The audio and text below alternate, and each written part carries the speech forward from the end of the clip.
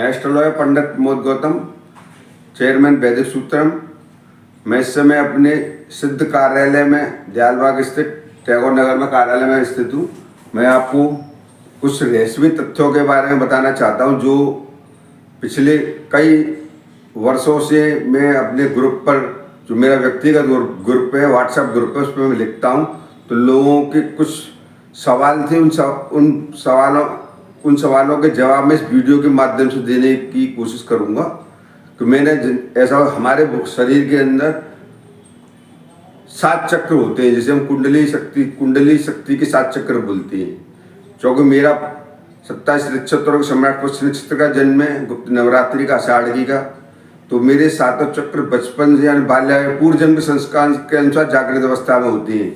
जो हमारा चक्र यहाँ से शुरू होकर यहाँ पे उसका समापन होता है। 7वां चक्र जो होता है यहाँ पे, जिसके 7 चक्र जागृत हो जाते हैं, 100 में से 1% व्यक्ति होते हैं जो 7 चक्रों को अपनी साधनाओं के द्वारा भी जागृत कर सकते हैं। किसी के पूर्व जन्म के संस्कार के अनुसार जागृत आते हैं। क्योंकि ये चक्र मेरे पूर्व जन्म के संस्कार के अनुसार जागृत अवस्था में है। तो जब जागृत अवस्था होती है, जो हमारा सारा ऑरा जो होता है नीचे से, जो मूलाधार चक्र, जो पहला चक्र होता है, 7वां चक्र ये होता है, आज्ञा चक्र ये होता है, जो हमारी, जिसे हम थर्ड आई भी बोलते हैं, दोनों मुहों के बद्ध में। यहाँ पे सारी देवी ऑरा यहाँ पे रहता है, आज्ञा चक्र बोलती हैं। उसके अंदर जो पावर जो होती है, अलौकिक शक्तियाँ, वो थर्ड आई के अंदर रहती है। 7वें पे सारा ऑरा ब्रह्मांड की जितनी अलौकिक शक्तियाँ वो 7वें चक्र पर रहती हैं। यहाँ शंकर पार्वती का निवास स्थान माना गया है। जब ये लास्टवां चक्र जागृत होता है तो अहम ब्रह्मास्मि की स्थिति व्यक्ति को स्वतः ही पिछले जन्म के संस्कार के अनुसार या अपनी साधना के द्वारा हर एक व्यक्ति प्राप्त कर सकता है। तो इसे बोलते हैं हम ऑरा, यानी सारी पावर फिर यहाँ पे इकट्ठी होती है। 7वें चक्र सबसे लास्ट आखिरी चक्र है। तो मैं यहाँ से बताने की कोशिश करता हूँ। अब जैसे ये जो है, ये प्रतिमा, ये नाग की प्रतिमा है जो है, यानी एक सिद्ध पेड़ है, उससे ये निकली हुई। ये 2 वर्ष 2008 में ऋषि ने मुझे दी थी। तो नाग की प्रतिमा है, उसके अंदर बिल्कुल सेम उसी तरह से उस लकड़ी से प्राकृतिक रूप से बनी हुई प्रतिमा है। इसके माध्यम ये इस समय मैं आपको दिखा रहा हूँ। ये पूरी तरह से क्लॉकवाइज चल रहा है। क्लॉकवाइज बिल्कुल नॉर्मल अवस्था में, क्लॉकवाइज का मतलब, ठीक है ना। और ये भगवान विष्णु की फोटो को मैं, ये प्रतिमा है यहाँ पे, भगवान विष्णु माता लक्ष्मी की प्रतिमा है। इसमें ये ऊपर शेषनाग का चित्र बना हुआ आप देख रहे हो। ये भी क्लॉकवाइज चल रहा है, ठीक है ना। भगवान विष्णु के ऊपर छत्र के रूप में सुशोभित रहता है। भगवान विष्णु खुद शेषनाग की सैया पर विराजमान रहते हैं, और माता लक्ष्मी।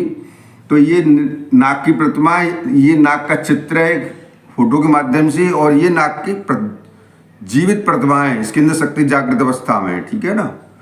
अब मैं क्या दिखाना चाहता हूँ जो है, अब ये नाग की प्रतिमा है। मैं अपने कैमरामैन से कहूँगा कृपया करके बैठ जाए, जिससे कि मेरा शरीर के पूरा एरिया दिखाई दे। अब मैं जो बोल रहा हूँ, ठीक है। तो अब जैसे ये प्रतिमा बिल्कुल क्लॉकवाइज चल रही है। क्लॉकवाइज मतलब शक्ति बिल्कुल नॉर्मल अवस्था में है, ठीक है ना।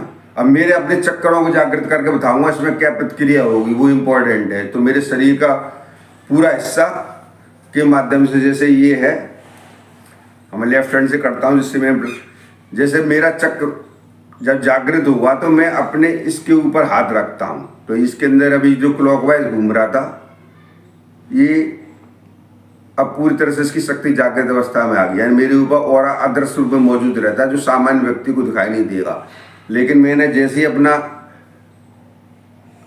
राइट हैंड जो है अपने 7वें चक्र के ऊपर सिर के मध्य में रखा, तो इसके अंदर जो नाग की प्रतिमा है, जो सिद्ध प्रतिमा है लकड़ी की, एक लकड़ी की, यानी कि अपने आप पेड़ से प्राकृतिक रूप से बनी हुई, इसके अंदर प्रतिक्रिया शुरू हो गई।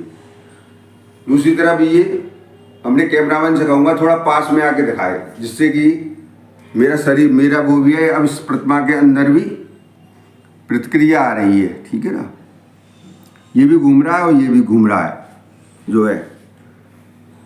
अब जैसे मैं जब तक हाथ लगाता रहूँगा तो ये प्रतिमा जागृत अवस्था, यानी मेरे ऊपर अदृश्य रूप में जितने भी पाताल लोक के जो वासी होते हैं, इच्छाधारी नाग कहो, अदृश्य रूप में वो विराजमान रहते हैं। क्योंकि जैसे ही मैंने अपना हाथ इस नाग की जो लकड़ी की जो आकृति बनी हुई है प्राकृतिक रूप से, इसके ऊपर अपने आप प्रतिक्रिया चल रही है। जब तक मैं हाथ रखूंगा और इधर ये भगवान विष्णु के ऊपर जो शेषनाग इस फोटो के अंदर है उस पर भी प्रतिक्रिया आ रही है। ये दोनों एक ही है, चाहे नाग की एक प्रतिमा हो चाहे ये फोटो हो। मेरे ऊपर जब तक हाथ रहेगा तो जो मेरे ऊपर अदृश्य रूप में वो नाग की प्रतिमा, नाग अदृश्य रूप में मेरे साथ में, यानी सातों कुंडली की शक्ति के सातों चक्र जागृत अवस्था में, वो जागृत अवस्था में हर वक्त रहते, मेरे ऊपर ही नाग विराजमान रहते हैं। वो सामान्य व्यक्ति को किसी को दिखाई नहीं देंगी। यानी अदृश्य का मतलब वायवी शरीर के रूप में रहती हैं।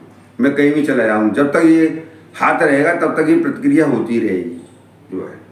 अब मैंने हाथ हटा दिया अपने सिर पे से तो वो हट, ये जो है क्लॉकवाइज घूमने लग गया, यानी वो नॉर्मल अवस्था में आ गया। यानी मैं जब हाथ लगाऊंगा तो ये नीचे पाताल लोक में चले जाएंगे। पाताल लोक में अदृश्य रूप में रहते हैं, वो सामान्य व्यक्ति नहीं देख। इसका मतलब ये नीचे चले, मेरे हाथ हटाने से मेरे सिर के ऊपर से नाग की प्रतिमा हट गई।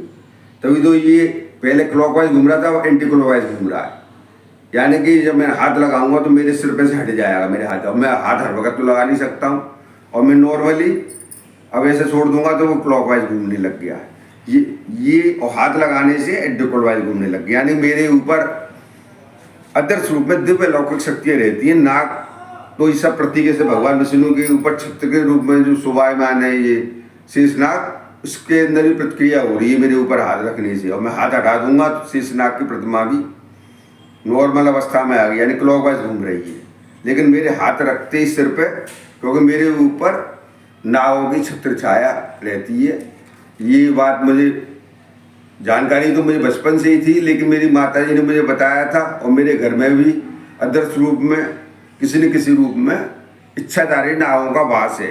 तो क्यों कारण क्या है कि मेरा पुष्य नक्षत्र का जन्म है, 27 नक्षत्रों का सम्राट, और गुप्त नवरात्रि में का जन्म है मेरा तृतीय तिथि का। इस कारण ये सारी स्थितियाँ मुझे पूर्व जन्म के अनुसार प्राप्त है। मेरी जो कुंडली के शक्ति के जो चक्र हैं पूर्व जन्म से जागृत है। बस मुझे इन चीज़ों का आवास धीमे धीमे समय के अनुसार हुआ, तो मैं उस रहस्यमय तथ्य को बताने की कोशिश कर रहा हूँ।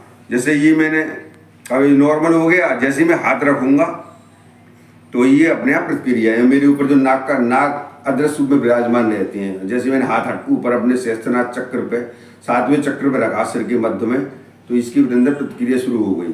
अब जैसे हाथ हटा दिया क्लॉकवाइज, और हाथ जैसे रखते ही इसके अंदर प्रतिक्रिया शुरू हो गई। इधर ये प्रतिमा के अंदर शेषनाग के ऊपर शेषनाग की फोटो, शेषनाग की चित्र है, इसके ऊपर भी प्रतिक्रिया शुरू हो गई। अब कई बार मैंने बताया है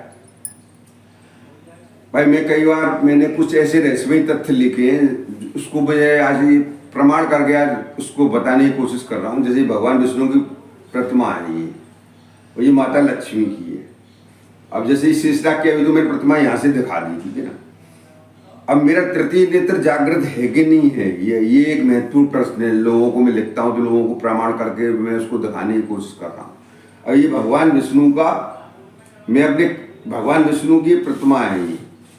अब मैं तृतीय नेत्र पे अपने पे जागृत करूंगा तो इस पर कोई प्रतिक्रिया नहीं होगी, ठीक है ना।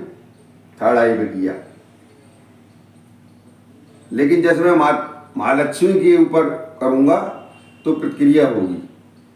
महालक्ष्मी के जो फोटो के ऊपर मैंने थर्ड आई के ऊपर अपना हाथ रखा, थर्ड आई के ऊपर मैंने ये ऊपर का हिस्सा रखा, तो महालक्ष्मी की प्रतिमा एंटी क्लॉकवाइज घूमने लगी। एंटी क्लॉकवाइज का मतलब है शक्ति जागृत हो गई, यानी महालक्ष्मी का जो वास मेरे थर्ड आई के ऊपर ही रहता है। ये पूरी महालक्ष्मी प्रतिमा नीचे से ऊपर तक ये पूरी तरह से एंटी क्लॉकवाइज मतलब जागृत अवस्था में आ गई है। मेरे जो थर्ड आई के अंदर है, मैंने हाथ से उसको हटाने की कोशिश करी थर्ड आई से, ठीक है ना। भगवान विष्णु की प्रतिमा पे कोई फर्क नहीं है, कोई वो क्लॉकबाजी चल रही है। और इस नाग पे भी कोई फर्क नहीं पड़ेगा। जब मैं थर्ड आई पे हाथ रखूंगा तो ये नाग भी क्लॉकवाइज चल रहा है, एंटी क्लॉकवाइज नहीं चल रहा है। इसकी शक्ति, नाग का वास मेरे सिर के मध्य में 7वें चक्र पे रहता है ये। अब जैसे ये महालक्ष्मी की प्रतिमा पे, अब मैं इसे सीधा भी घुमाना चाहूँ तो नहीं घूमेगा। अब मैं इस राइट हैंड से करता हूँ। अब मैं महालक्ष्मी की फोटो को भी सीधा भी घुमाना चाहूँ तो नहीं घूमेगी। जैसे मैंने सीधा घुमाया, चूँकि मेरे आज्ञा चक्र पे सब ये मैंने महालक्ष्मी दिखाया, जितनी उत्तर देवियाँ हैं, माता आदि शक्ति हैं, सरस्वती यानी जितनी भी दिव्य अलौकिक शक्तियाँ हैं, 64 योनि शक्तियाँ हैं, वो मेरे आगे चक्र में रहती हैं। जब मैं हाथ में यूँ रखूँगा तो इसके अंदर प्रतिक्रिया शुरू हो गई माँ लक्ष्मी की फोटो के अंदर। जब नाक के अंदर प्रतिक्रिया नहीं हो रही है, वो क्लॉकवाइज चल रहा है, ये एंटी क्लॉकवाइज। एंटी क्लॉकवाइज मतलब मैंने थोड़ी देर के लिए अपने हाथ मध्य में लगा के उसको अपने मध्य थर्ड आई के चित्र से हटा दिया, तो वो यहाँ पे प्रतिक्रिया होना शुरू हो गई। भगवान विष्णु पर कोई प्रतिक्रिया नहीं है। तो कुल मिला के मेरा कहने का मतलब ये है कि जो मैं लोगों को लिखता हूँ या अपने ग्रुप पे लिखता हूँ पोस्टों के माध्यम से कि मेरा तीसरा नेत्र, अब जैसे मैंने हाथ हटा दिया आज्ञा चक्र से, ये नॉर्मल क्लॉकवाइज घूमने लग गया है, और ये भी नाक का चित्र भी क्लॉकवाइज घूमने लग गया है, और ये भी घूमने लग गया है। तो मेरा कहने का मतलब ये है कि मैंने अब तक जितने भी रहस्यमय तथ्य लिखे, क्योंकि मैं वैज्ञानिक पद्धति से जब मैंने उनकी रिसर्च करी, मुझे इन चीज़ों का आवास वर्ष 2019 में भगवान शिव के द्वारा प्राप्त हुआ था। जब मैंने पहली बार केदारनाथ धाम की 4 धाम की यात्रा करी थी, केदारनाथ धाम में जब मैं रात्रि में रुका था गेस्ट हाउस में, जहाँ पे बिल्कुल मंदिर के समीप मुझे देवी से गेस्ट हाउस मिला था जिसमें मैं रुका था, तो वहाँ मुझे रात्रि में स्वप्न के माध्यम से, प्रकाश पुंज के स्वप्न के माध्यम से भगवान शिव ने मेरे अंदर छिपी हुई शक्तियों का उन्होंने इंडिकेशन दिया था। तब से मैंने इन पर शोध कर रहा हूँ। 2019 से 6 साल हो गए। इस बात की जानकारी मेरी माताजी ने बाल्यावस्था में मुझे बता दी थी, लेकिन मैंने उनकी बातों पर ज़्यादा ध्यान नहीं दिया। लेकिन भगवान शिव ने जब 2019 में केदारनाथ धाम में स्वयं मुझे इंडिकेशन दिया सारी चीज़ों के बारे में, तब मैंने इन चीज़ों को धीरे धीरे इन पर शोध करना आरंभ किया। और आज 5 या 6 साल हो गए, 2019 से या 2024 चल रहा है। अब मैंने पूरी तरह से इन सब चीज़ों को जान लिया है। मेरे अंदर छुपी हुई रहस्यमय शक्तियाँ मेरे जन्म से ही मेरे साथ आई थी। उपयुक्त समय आने पर मुझे इन सबों की जानकारी होगी, चाहे माध्यम व्यक्ति कोई भी बना हो।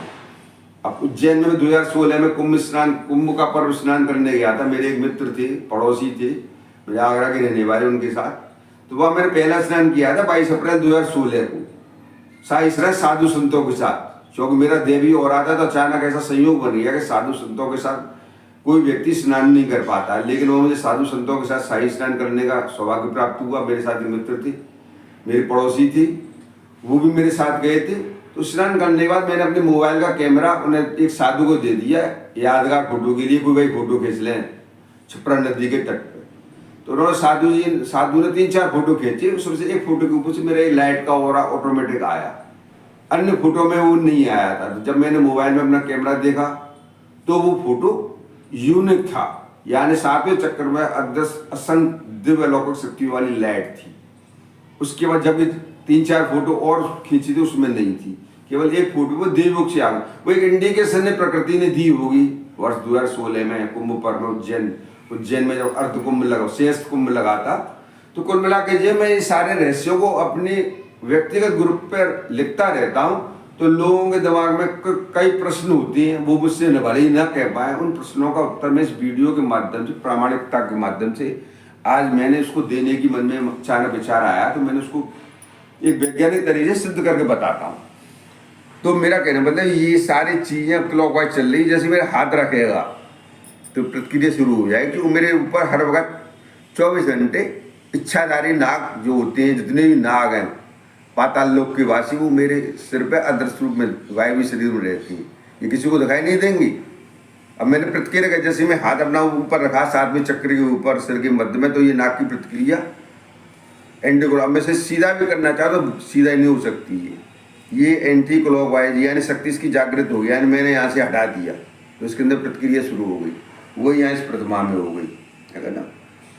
महालक्ष्मी में कोई प्रतिमा नहीं, जो महालक्ष्मी और जितनी त्रिदेवियाँ वो में थर्ड आई पे रहती हैं। जैसे थर्ड आई पे हाथ लगाया मैंने, तीसरा नेत्र जिसे हम आज्ञा चक्र भी बोलते हैं, छठवां, वहाँ पे महालक्ष्मी प्रतिक्रिया हो गई। यानी महालक्ष्मी जितनी भी त्रिदेवियाँ हैं वो सब मेरे तीसरे या छठवें आज्ञा चक्र में विराजमान रहती हैं। जैसे मैंने हाथ रखा, यहाँ से हटाया, तो यहाँ पे महालक्ष्मी की प्रतिमा प्रतिक्रिया हुई। भगवान विष्णु की प्रतिमा पर कोई प्रतिक्रिया नहीं हुई, नाक पर कोई प्रतिक्रिया नहीं हुई, नाक की, और सिर्फ महालक्ष्मी में जितनी भी देवियाँ हैं वो मेरे आगे चक्र पर विराजमान रहती हैं। नाक मेरे सिर पे रहता है। जैसे मैं सिर 7वें चक्र में हाथ रखूँगा तो वो नाक की जो प्रतिमा है उसमें हरकत शुरू हो गई, यानी वो एंटी क्लॉकवाइज आने लग गया। हाथ हटाने से नहीं है, हाथ लगाऊँ तो एंटी क्लॉकवाइज। तो मैंने ये सारी चीज़ें जो सिद्ध करके दिखाने की कोशिश करी है। जिससे लोगों में दिमाग में जो भ्रम पैदा हो गया उसको मिटाने की कोशिश करिए। मेरे ऊपर जो है अदृश्य शक्तियों का ऑरा 24 घंटे रहता है। मैं इन्हें हटाना भी चाहूँ तो अब मैं कब तो हट नहीं सकती है। मैं थोड़ी देर ही हाथ रख सकता हूँ आज्ञा चक्र पे, 5-10 मिनट मैं हटा सकता हूँ। अब मैं 24 घंटे हाथ तो अपने आज्ञा चक्र में रख नहीं सकता है। वो 24 घंटे मेरे आज्ञा चक्र में रहती है। ऐसे नाग भी मेरे 24 घंटे मेरे सिर पे ही रहता है अदृश्य रूप में। मैं ऐसे हटा नहीं सकता। मैं हाथ रखूंगा तब हटेगा। तो यह प्रतिक्रिया शुरू, हाथ हटा दिया फिर ये नॉर्मल हो गया। अब हाथ हटाने से प्रतिक्रिया शुरू हो गई। तो ये मेरा पूर्वजन्म का दैवी संस्कार है। हर आदमी सोचे ये सिद्धि साधनाएं ऐसे जो होती है, क्योंकि मेरा जिस विशेष नक्षत्र सिद्धकाल गुप्त नवरात्रि और यानी सिद्ध तिथि में जन्म हुआ है, तो ये सब पहले से पूर्ण निर्धारित होता है। तो वो व्यक्ति के दिमाग में भ्रम हो जाता है। तो हर एक व्यक्ति को अपना अपना दायित्व मिला हुआ, मुझे पूर्व जन्म के अनुसार दायित्व अलग मिले हुए, मुझे क्या करना है। किसी को दायित्व, हर एक व्यक्ति का अपना अपना दायित्व, कोई डॉक्टर है, कोई इंजीनियर है, कोई IAS है, कोई नेता है ना। किसी को प्रशासन चलाने का, किसी को देश चलाने का दायित्व मिला हुआ है, किसी को अपने दिव्य अलौकिक शक्तियों के द्वारा मार्गदर्शन प्रदान करने का दायित्व मिला हुआ है। हर एक व्यक्ति को अपने पूर्व जन्म के अनुसार दायित्व मिलती है।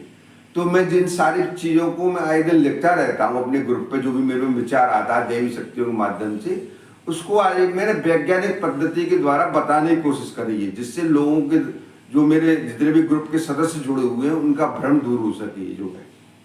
तो इस वीडियो को जो आज मैंने बनाया इसको अपने आत्मज्ञान के लिए, ज्ञान के लिए इसको गहराई से इसको समझने की कोशिश करें। वीडियो से मैंने इस वजह से बनाया तो वीडियो को आप कई बार भी देख सकते हैं। इसका मैं YouTube बना दूंगा, जिससे आपके दिमाग में मैंने जो कुछ भी कहा है वो चीज़ें धीरे धीरे समझ में आने लगे। इसी कारण मेरा ये वाला जो सिद्ध क्षेत्र है, मेरा जो निवास है, इसमें दिव्य अलौकिक शक्तियाँ पूर्व जन्म के संस्कार के अनुसार ऑटोमेटिक रहती हैं। मैं इन्हें हटाना भी चाहूँ तो हट नहीं सकती हैं, क्योंकि मेरे पिछले जन्म से लिखा हुआ है तो मेरे इर्द गिर्द ही रहेंगी। तो ये सारी चीज़ें जो मैंने अब तक लिखी हैं अपनी पोस्टों के माध्यम से, उसको मैंने बताने की कोशिश करी है जो है। अब मैं इस वीडियो का समापन कर रहा हूँ जो है, और मैंने सारी चीज़ों को दिखाने की कोशिश की है। इसको आप धीमे धीमे इसको समझने की कोशिश कर रहे हैं जो है, और इस वीडियो को अधिक से अधिक शेयर करें जो है।